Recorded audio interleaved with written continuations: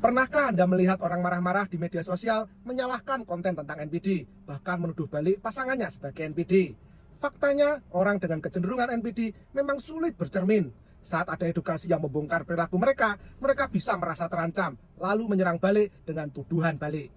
Ada juga korban NPD yang terlihat mirip dengan NPD karena melakukan mirroring untuk bertahan hidup dalam hubungan ini. Tetapi bedanya jelas, korban masih punya empati, masih bisa merasa bersalah, masih berusaha memperbaiki. Sementara NPD sejati, empatinya sangat rendah, bahkan nyaris tidak ada. Dan yang paling penting, tidak semua pasangan yang saling menuduh itu adalah NPD. Bisa jadi hubungan mereka memang sudah toksik, komunikasinya buruk, saling melukai, atau luka lama yang terus terbawa. Justru konten NPD seringkali membuat mata terbuka, sehingga ada upaya untuk mengevaluasi hubungan yang hubungannya selama ini dianggap wajar-wajar saja, padahal sebenarnya penuh luka. Jadi daripada sibuk saling melabeli, lebih bijak menyadari bahwa hubungan ini memang tidak sehat dan perlu disadari serta diperbaiki, atau bahkan diakhiri. Edukasi tentang NPD bukan untuk menghancurkan hubungan, tetapi untuk membuka kesadaran akan perilaku yang berbahaya. Karena pada akhirnya label itu nomor 2, yang utama adalah apakah hubungan ini menyehatkan atau justru membuat Anda hancur. Jika Anda sedang berada dalam hubungan toksik, jangan terjebak pada tuduhan atau label. Fokuslah pada satu hal, apakah saya berhidup dengan damai, bebas, dan jawabannya pasti selalu ya. Bagaimana jika pasangan NPD meninggalkan Anda dengan banyak hutang? Banyak klien saya yang mengalami hal ini. Mereka ditinggalkan bukan hanya dengan luka emosional, tapi juga beban finansial. Pertama yang perlu Anda lakukan adalah pisahkan antara masalah mental dan masalah keuangan. Jika mental Anda pulih, Anda bisa berpikir dengan jernih untuk mencari solusi. Kedua, mulailah buat perencanaan sederhana, cicil hutang semampunya, komunikasikan dengan pihak terkait, bahkan bisa minta atur ulang cicilan atau keringanan pembayaran jika memungkinkan. Ingat, Anda bukan penyebab hutang itu. Jangan biarkan rasa bersalah menggerogoti Anda. Fokuslah pada pemulihan diri, karena dari situlah kekuatan muncul untuk menyelesaikan masalah finansial. Percayalah, Anda masih bisa bangkit. Kehidupan damai tetap mungkin untuk Anda. Jangan menyalahkan diri, tetaplah optimis. Fokus pemulihan mental, langkah keuangan akan lebih mudah mengikuti.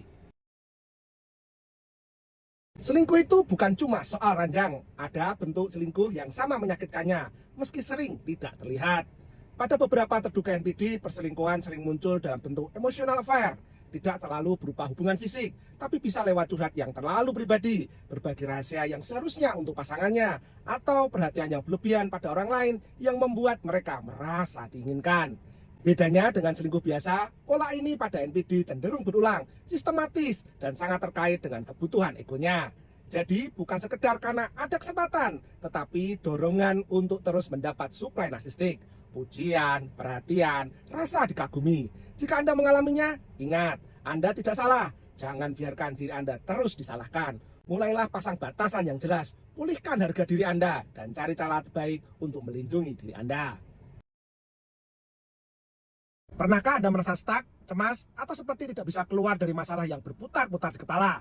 Saya, Gali, seorang hipnoterapis yang sudah bertahun-tahun menangani klien, baik dari dalam negeri maupun dari luar negeri. Dari Taiwan, Korea Selatan, Malaysia, hingga Eropa. Sebagian besar dari mereka awalnya ragu, bisa tidak sih hipnoterapi dilakukan secara online?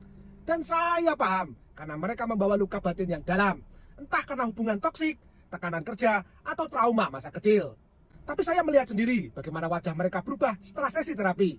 Bagaimana mereka kembali menemukan harga diri dan kekuatannya. Bahkan banyak yang bilang, kenapa tidak dari dulu? Jadi jika Anda sedang merasa lelah secara emosional, hipnoterapi online bukan hanya bisa, tapi sangat efektif.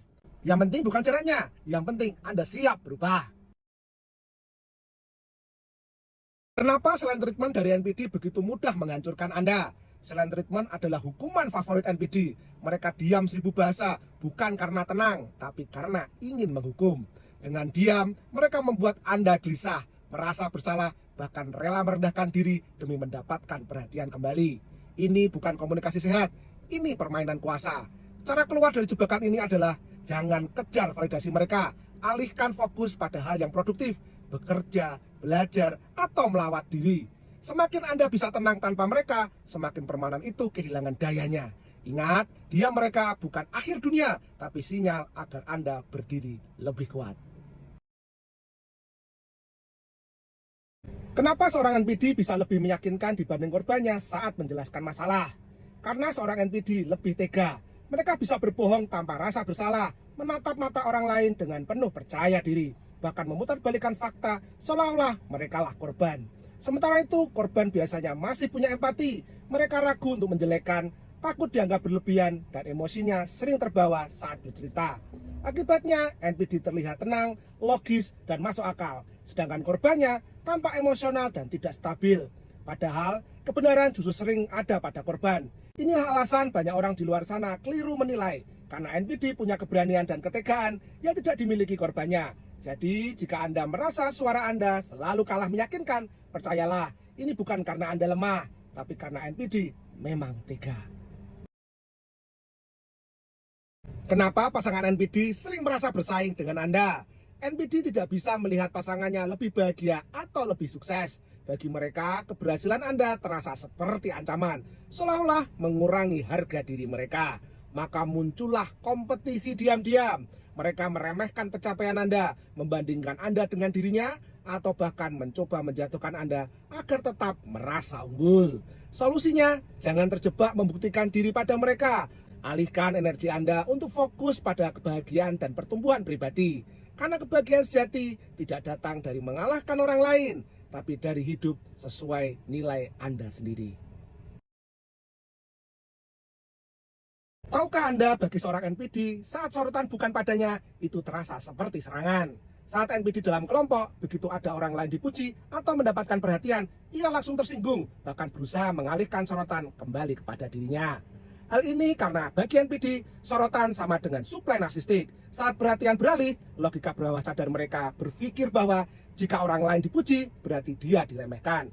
Jika sorotan bukan untuk dia, berarti dia diabaikan. Jika Anda memperhatikan orang lain, itu sama saja Anda sedang melawan dia. Akibatnya, mereka bisa menjatuhkan orang lain, menyabotase suasana, atau membuat drama supaya semua mata kembali padanya. Ada beberapa tipe yang terang-terangan, ada juga beberapa tipe yang main belakang. Lalu, apa solusinya jika Anda berhadapan dengan orang seperti ini? Jangan ikuti adu sorotan. Tetap tenang, beri batas yang jelas, dan alihkan energi Anda untuk menjaga diri sendiri. Ingat, Anda tidak wajib membuat mereka puas. Anda hanya wajib menjaga kedamaian dalam diri Anda. Kalau cari-cari layanan kesehatan mental, sekarang itu udah era media sosial. Kalau mereka nggak punya medsos, berarti mereka ngomongin mental, kalau mereka nggak berkembang sendiri, gimana ini? Nah, harus lihat medsosnya. Oh, medsosnya itu bagus nih, cara pola pikirnya, pola pandangnya, bagus nih, oke nih. Baru Anda lanjutkan. Ya, misalnya Anda lihat profiling diri saya, misalnya.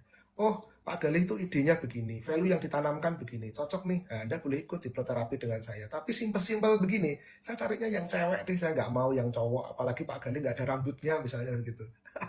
Anda boleh dengan yang lain, yang cari yang cewek gitu. Tapi misal Anda lihat profil saya, oh, oke nih, pendekatannya bagus, misalnya, cocok dengan apa yang saya rasakan, cocok ide-idenya.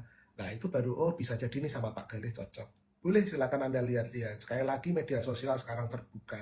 Apa yang membuat saya bisa berbicara seperti ini dan Anda bisa lihatnya.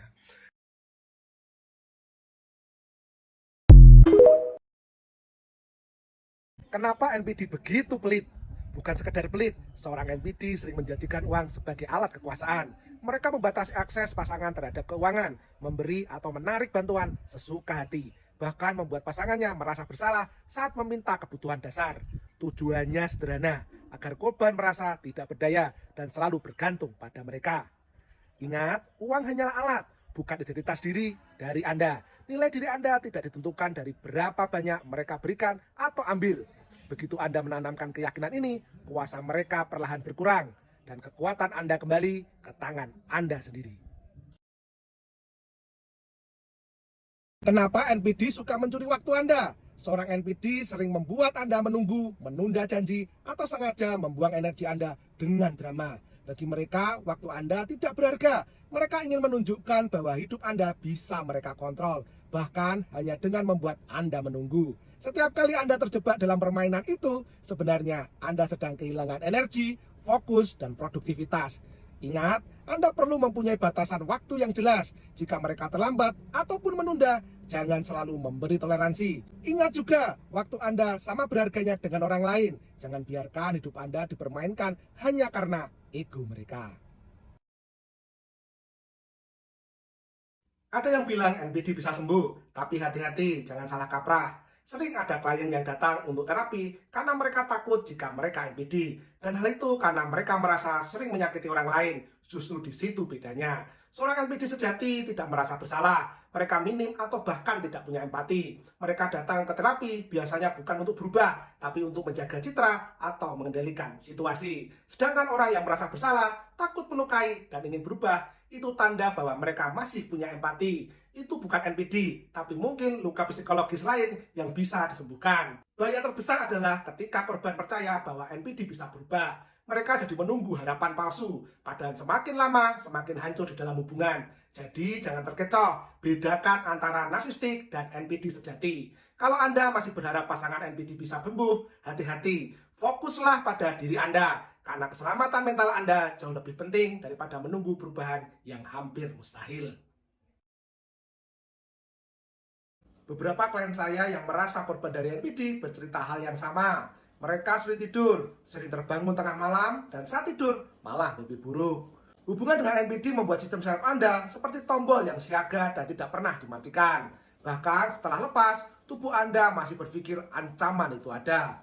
Akibatnya, tidur menjadi dangkal, mudah terbangun, dan tidak terasa segar. Di fase tidur REM, fase di mana mimpi terjadi, otak berusaha memproses pengalaman itu. Tapi karena emosinya terlalu kuat, muncullah mimpi buruk. Seringkali berisi adegan atau perilaku yang mirip dengan kejadian nyata.